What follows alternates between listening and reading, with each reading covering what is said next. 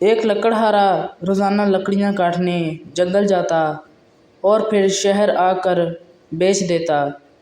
ایک دفعہ اس نے جنگل کے سب سے بڑے درخت کو کاٹ دیا۔ لکڑہارا بہت زیادہ خوش ہوا اور ساری لکڑیاں گھر لے گیا۔ اس نے سوچا کہ اتنی زیادہ لکڑیوں سے میں بہت زیادہ پیسے کماؤں گا۔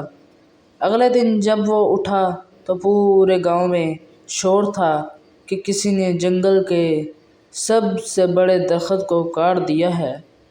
وہ درخت کسی عام آدمی نے نہیں بلکہ بادشاہ نے اپنے بیٹے کی پیدائش پر یادگار کے طور پر لگایا تھا۔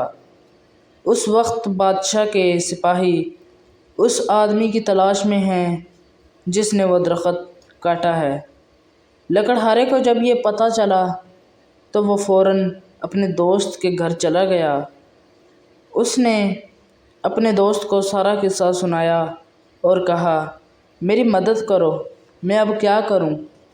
اس کے دوست نے کہا، بادشاہ کے سپاہی تو ہر گھر کی تلاش لے رہے ہیں۔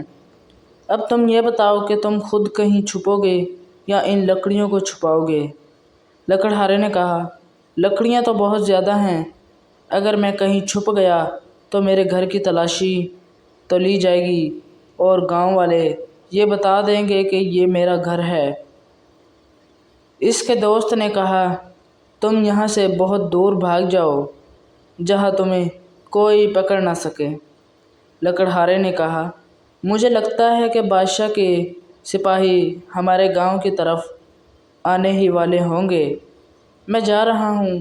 لکڑہارے نے جانے کے لیے دروازہ کھولا تو سامنے بادشاہ کے سپاہی۔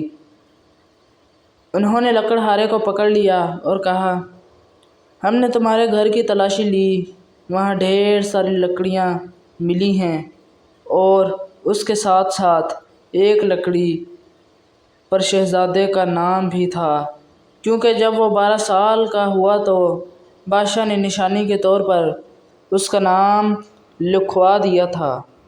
چلو بادشاہ کے پاس۔ لکڑہارا بہت ڈر گیا۔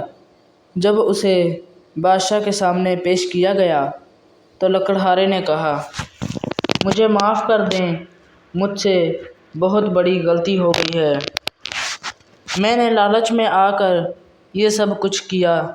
بادشاہ نے کہا، تم نے جو کیا ہے اس کی سزا تمہیں ملے گی، اور مجھے یہ بھی پتہ چلا ہے کہ تم درخت کاٹ لیتے ہو اور اس کی جگہ دوسرا پودا بھی نہیں لگاتے ہو۔